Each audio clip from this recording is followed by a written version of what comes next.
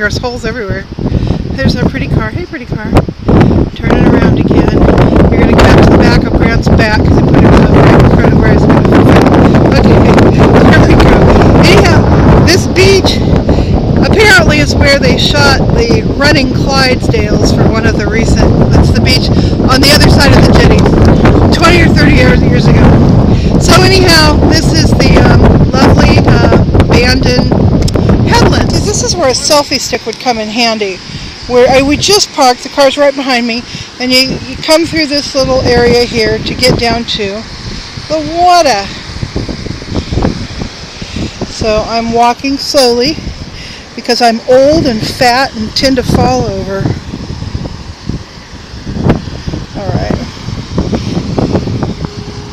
Alright, so here we are at the water. I hope you can hear me.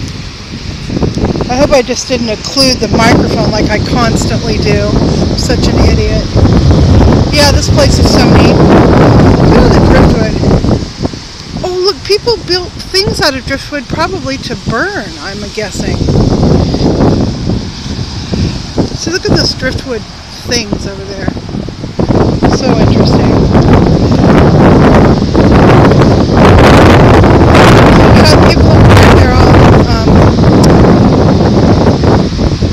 Fishing, shore fishing, which is really neat. So you know what? I think I'm going to turn this off for right now. Interestingly enough, every cool person we've met is from California, including this really nice fisherman guy who lives in Bridge, and he's got a crab on his hook. Apparently, what they fish for here primarily is